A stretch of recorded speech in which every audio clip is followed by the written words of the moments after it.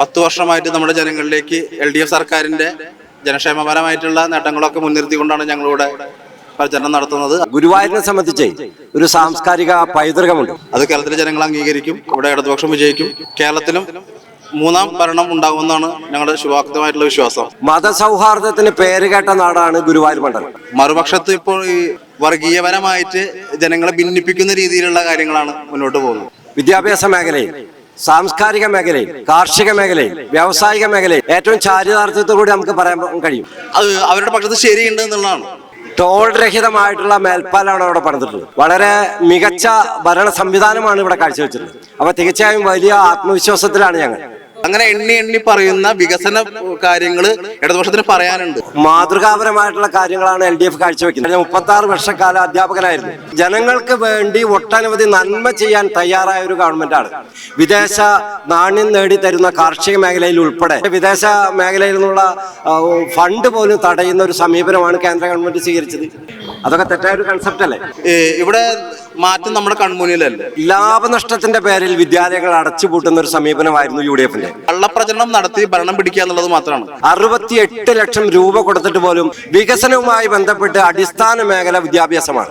അതാണ് real fact. കേരളത്തിലെ മലയാളികൾക്ക് ഒരു മനസ്സുണ്ട്. അത് ഇടതുപക്ഷ ചായ്വ് നിൽക്കുന്ന മനസ്സാണ്. നിലനിൽക്കുന്ന ഭൂരിപക്ഷത്തെക്കാൾ 2 സീറ്റ് കൂടുതൽ വാങ്ങിക്കൊണ്ടാണ് ഭരണം 3ാം ഭരണം തുടർച്ച ഉണ്ടാക്കുക എന്നുള്ള അഭിമാനത്തിലൂടെ പറയാൻ ആഗ്രഹിക്കുകയാണ്. Hi, hello, namaskar. You're watching KTV India with me, Varsha Venugopal. Right now, I'm standing at Nairangadi, which is in the constituency Guruvayur, and we just witnessed a whole sabha of LDF right now. And with me, it is Shanil and Salim, who's the current member over here and the ex-member of this place. So, namaskaram cheta. എങ്ങനെ പോകുന്നു ഈ തെരഞ്ഞെടുപ്പ് സമയത്തുള്ള ഈ campaigning ഒക്കെ? Campaigning വളരെ നന്നായിട്ട് പോകുന്നുണ്ട്. ഇവിടെ LDF-ന്റെ സ്ഥാനാർത്ഥിയായിട്ട് ശ്രീ NK അക്ബറാണ്. കഴിഞ്ഞ സിറ്റിംഗ് MLA ആണ്.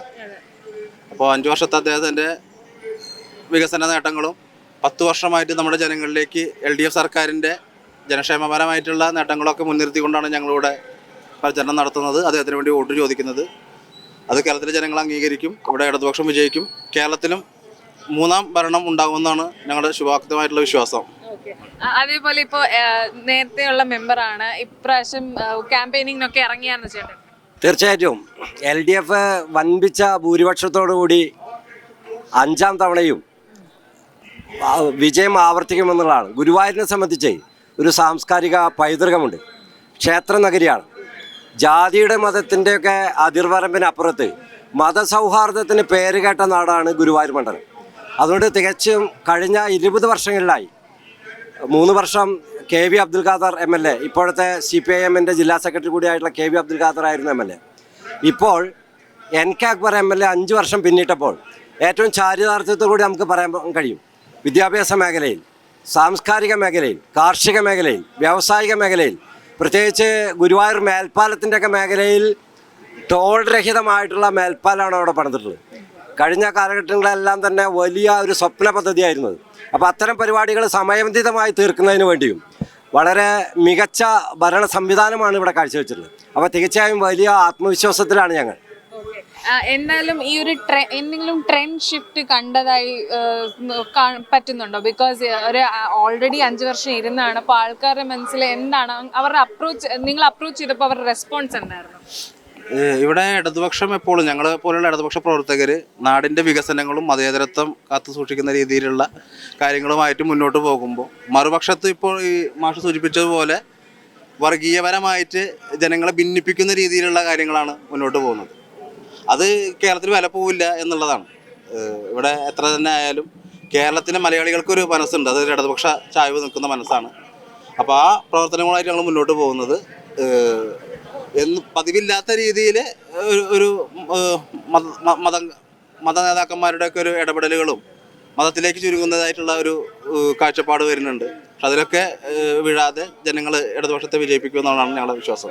അത് മാത്രമല്ല മാഷി, ഞാനിപ്പോൾ കുറേ ആൾക്കാരുമായിട്ട് സംസാരിച്ചു, അതേമാതിരി മറ്റ് കാൻഡിഡേറ്റ്സുമായിട്ടും സംസാരിച്ചു. അവരൊക്കെ ഭയങ്കര ആത്മവിശ്വാസമായിട്ട് പറയുന്നു ഇപ്രാവശ്യം ഞങ്ങൾ വരും, അല്ലെങ്കിൽ മറ്റേ പാർട്ടി പറയും നമ്മൾ വരും. അങ്ങനെ എല്ലാവരും ക്ലെയിം ചെയ്യുന്നു. ഓഫ് കോഴ്സ് ഈ ഒരു ടൈമിൽ നമുക്ക് ക്ലെയിം ചെയ്യാനേ പറ്റൂ. എന്നാൽ കൂടി ആ ഒരു ക്ലെയിമിനെ LDF എന്ന് പറഞ്ഞ ഈ ഒരു മുന്നണി എങ്ങനെ കാണുന്നു? അതിൽ നിങ്ങളൊന്ന് ആലോചിച്ച് നോക്കിയാൽ മതി. 10 വർഷത്തിലിരുന്ന ഒരു ഭരിക്കുന്ന ഒരു മുന്നണി അല്ലെങ്കിൽ ഒരു ലീഡർ അത് ഒട്ടും ആത്മവിശ്വാസം ചോരാതെ വീണ്ടും 10 വർഷം കഴിഞ്ഞ് ആർജവത്തോടെ വോട്ട് ചോദിക്കുമ്പോൾ അത് അവരുടെ പക്ഷത്ത് ശരിയുണ്ട് എന്നുള്ളതാണ്. അതുകൊണ്ടാണ് ആർജവത്തോടെ നമുക്ക് വോട്ട് ചോദിക്കാൻ കഴിയുന്നത്. അത് തന്നെയാണ് ഇവിടെ ഇടതുപക്ഷത്തിൻ്റെ കോൺഫിഡൻസും. ജനങ്ങളെ സംബന്ധിച്ച് ഏറ്റവും മാതൃകാപരമായിട്ടുള്ള കാര്യങ്ങളാണ് LDF കാഴ്ചവെക്കുന്നത്. അതിൻ്റെ ഒരു ഉദാഹരണമാണ് പീപ്പിൾസ് റെസ്പോൺസ് പ്രോഗ്രാം എന്നൊരു സിറ്റിസൺസ് റെസ്പോൺസ് പ്രോഗ്രാം എന്നൊരു പരിപാടി നടത്താൻ തീരുമാനിച്ചു. ജനങ്ങളുടെ വീടുകളിൽ കയറി ചെന്നുകൊണ്ട് കഴിഞ്ഞ 10 വർഷക്കാലം നടത്തിയ പ്രവർത്തനങ്ങൾ പറഞ്ഞുകൊണ്ടാണ് ജനങ്ങളെ സമീപിച്ചത്. അവരോട് ചോദിക്കുന്നത് നാളിതുവരെയുള്ള പ്രവർത്തനങ്ങളിൽ നിങ്ങളുടെ അഭിപ്രായം എന്താണ്, തുടർന്നുള്ള നാളുകളിൽ എന്ത് വികസന കാഴ്ചപ്പാടാണ് നിങ്ങൾ പറയാൻ ആഗ്രഹിക്കുന്നതെന്നാണ് ചോദിക്കുന്നത്. അപ്പോൾ ആ പരിപാടി പോലും കോടതി കയറി അത് മുടക്കാൻ വേണ്ടി ശ്രമിക്കുക. അപ്പോൾ ഇവരെന്തിനാണ് ഭയക്കുന്നത്? നമുക്കറിയാം ഒട്ടനവധി പ്രകൃതി ദുരന്തങ്ങളുണ്ടായി. അതിനു വേണ്ടി ഞാൻ ഉൾപ്പെടെ അധ്യാപകനായിരുന്നു, കഴിഞ്ഞ 36 വർഷക്കാലം അധ്യാപകനായിരുന്നു. ഞങ്ങൾ ഉൾപ്പെടെയുള്ള മേഖലയിൽ ദുരിതാശ്വാസ ഫണ്ട് വളരെ ആത്മവിശ്വാസത്തോടു കൂടിയാണ് ഞങ്ങളെല്ലാം നൽകിയത്. അപ്പോൾ പ്രകൃതി ദുരന്തം ഉണ്ടാകുമ്പോഴും ജനങ്ങൾക്ക് വേണ്ടി ഒട്ടനവധി നന്മ ചെയ്യാൻ തയ്യാറായ ഒരു ഗവൺമെൻറ്റാണ്. അതിലെല്ലാം തന്നെ കേന്ദ്ര ഗവൺമെൻറ് കാണുന്ന കാഴ്ചപ്പാടും വളരെ ഗൗരവതരം പരിശോധിക്കേണ്ടേ. വിദേശ നാണ്യം നേടിത്തരുന്ന കാർഷിക മേഖലയിൽ ഉൾപ്പെടെ അവരുടെ ഉൾപ്പെടെയുള്ള ആളുകൾ നമ്മളോടൊപ്പം നിൽക്കുകയാണ്. പക്ഷേ വിദേശ മേഖലയിൽ നിന്നുള്ള ഫണ്ട് പോലും തടയുന്ന ഒരു സമീപനമാണ് കേന്ദ്ര ഗവൺമെൻറ് സ്വീകരിച്ചത്. നമുക്കറിയാലോ, ഇവിടുന്ന് കൃത്യമായിട്ട് GST ഉൾപ്പെടെയുള്ള ഫണ്ട് കൊടുക്കുന്നുണ്ട്. പക്ഷേ നിയമാനുസരണം കിട്ടേണ്ട പല ഫണ്ടുകളും തടഞ്ഞു വയ്ക്കുന്ന ഒരു സമീപനമാണ് സ്വീകരിച്ചിട്ടുള്ളത്. അതൊക്കെ തെറ്റായൊരു കൺസെപ്റ്റ് അല്ലേ? അത് മാത്രമല്ല UDF പല ആരോപണങ്ങളും ഉന്നയിച്ചു. ഫസ്റ്റ് ശബരിമല ഓഫ് കോഴ്സ്, രണ്ടാമത് അവർ പറഞ്ഞത് LDFും സംഘപരിവാരും ഒരേ ഫാമിലി മെമ്പേഴ്സാണ്, അവരുടെ വോയിസ് ഒരുപോലാണ്, അവരെല്ലാം ചെയ്യുന്ന ഒരേ മോഡലിലാണ്. അതിനെക്കുറിച്ച് എന്താണ് പറയാനുള്ളത്? ഇപ്പോൾ ഞങ്ങളെ പോലെ തന്നെ മറ്റ് രാഷ്ട്രീയ പാർട്ടികളുടെ അവിടേക്ക് നിങ്ങൾ പോയിട്ടുണ്ടാവുമല്ലോ. അവരാരെങ്കിലും കേരളത്തിലെ ഏതെങ്കിലും മേഖലയിൽ വീഴ്ചകളെ പറ്റിയിട്ട് സംസാരിച്ചിട്ടുണ്ടോ? ഉണ്ടാവില്ല. വികസനത്തെ പറ്റി ചർച്ച ചെയ്താ ഇല്ല. അവർ മതങ്ങളെ കുറിച്ചിട്ടും മറ്റു വിഷയങ്ങളെ കുറിച്ചിട്ടും മാത്രമാണ് ചർച്ച ചെയ്യണത്. ഇവിടെ മാറ്റം നമ്മുടെ കൺമുന്നിലല്ലേ. ഇപ്പം നമുക്ക് ആലോചിച്ച് നോക്കിയൊക്കെ നാഷണൽ ഹൈവേ ഇവിടെ UDF ഉപേക്ഷിച്ച് പോയതാ. അത് ഇച്ഛാശക്തിയോടെ കൊണ്ടുവന്നില്ലേ. ഗെയിൽ പദ്ധതികൾ, അങ്ങനെ എണ്ണി പറയുന്ന വികസന കാര്യങ്ങൾ ഇടതുപക്ഷത്തിന് പറയാനുണ്ട്. അത് ചർച്ചയാക്കാതെ ഇവിടെ ഒറ്റപ്പെട്ട 1-2 സംഭവങ്ങൾ മാത്രം ചർച്ച ചെയ്തുകൊണ്ടാണ് അവർ മുന്നോട്ട് പോകുന്നത്. പിന്നെ അവരെ സംബന്ധിച്ചിടത്തോളം 10 വർഷം കൊണ്ട് ഭരണം പിടിക്കുക, കള്ളപ്രചരണം നടത്തി ഭരണം പിടിക്കുക എന്നുള്ളത് മാത്രമാണ്.